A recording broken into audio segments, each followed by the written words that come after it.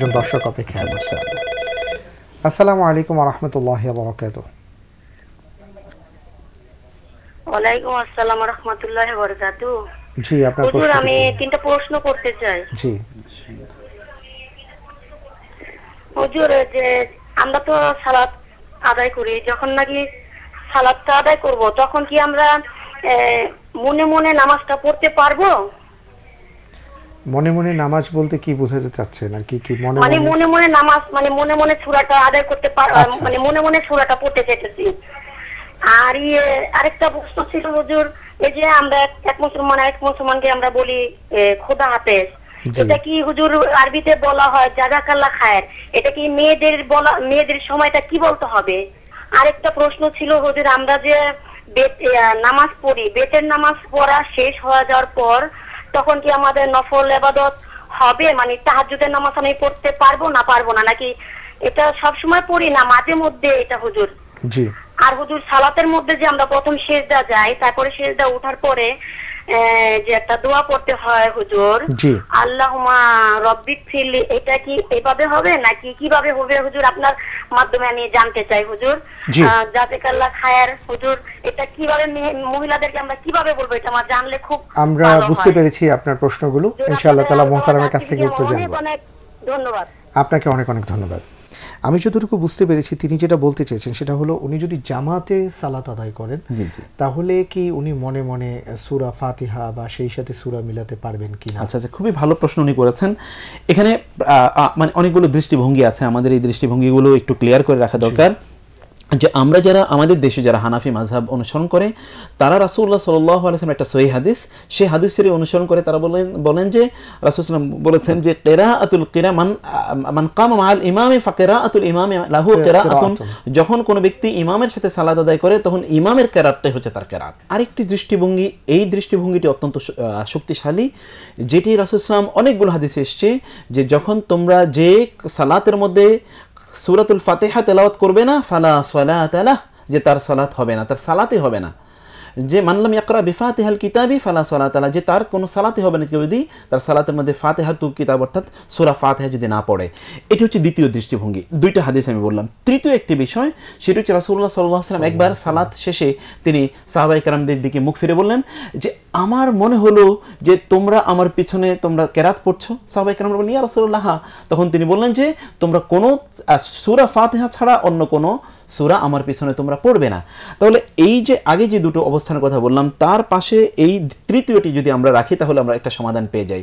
সেই সমাধানটা হলো তিনি যদি ইমামের পিছনে দাঁড়ান তাহলে তিনি শুধুমাত্র সূরা ফাতিহা ইমামের সাথে পড়বেন এবং এরপরে তিনি চুপ থাকবেন, কারণ কোরআন কথা হচ্ছে যে ফাইদা কুরিআল কুরআনু ফাসতামিউ লাহু ওয়া আনসিতু লাআল্লাকুম তুরহামুন, যখন কোরআন তেলাওয়াত করা হয় তখন তোমরা চুপ করে থাকবে এবং শুনবে, মনোযোগ দিয়ে শুনবে, তাহলে তোমরা রহমত প্রাপ্ত হবে। আশা করা যায় যে তোমরা রহমত প্রাপ্ত হবে। তাহলে আমরা প্রথমত হাদিসের আমল করলাম যে কেউ যদি সালাত আদায় করে তাহলে সূরাতুল ফাতিহা তাকে পড়তে হবে, নাইলে তার সালাত হবে না।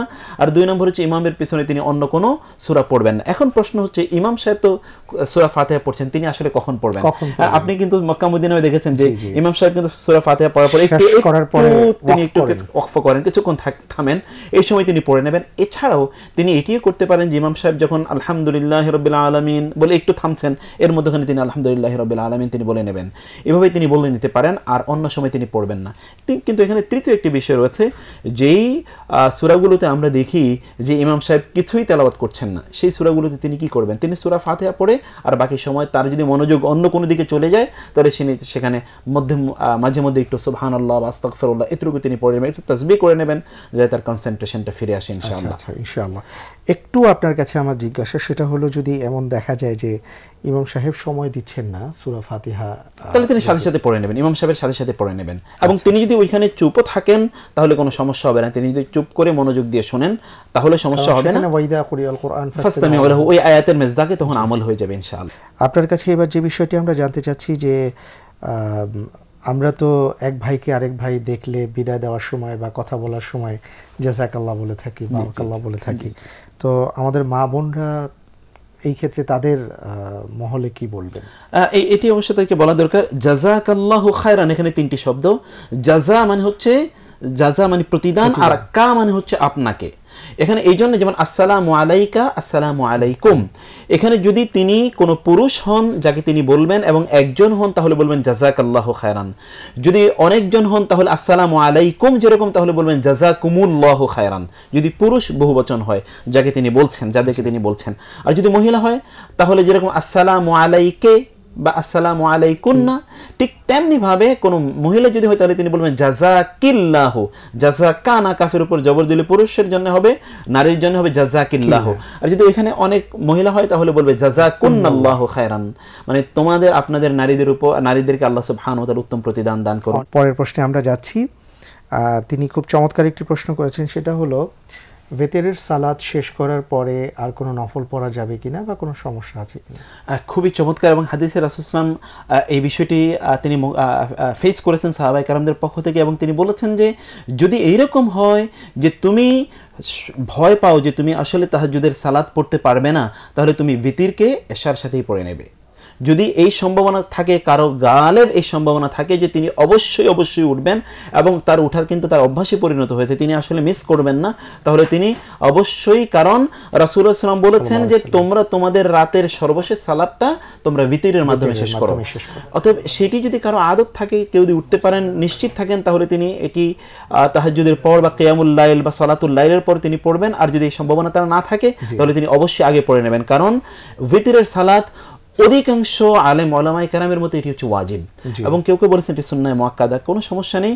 কিন্তু রাসূলুল্লাহ সাল্লাল্লাহু আলাইহি ওয়াসাল্লাম ফরজের বাইরে অন্য কোনো সালাতকে কিন্তু তিনি কাজা করতেন না, শুধুমাত্র বিতির এবং ফজরের 2 রাকাত সুন্নতকে তিনি কাজা করতেন, যদি কখনো মিস হয়ে যেত তাহলে কাজা করতেন। অর্থাৎ এটা এতটা গুরুত্ব রয়েছে, সেই জন্য তিনি পড়ে নেবেন যদি তার সম্ভাবনা থাকে যে তিনি উঠতে পারবেন।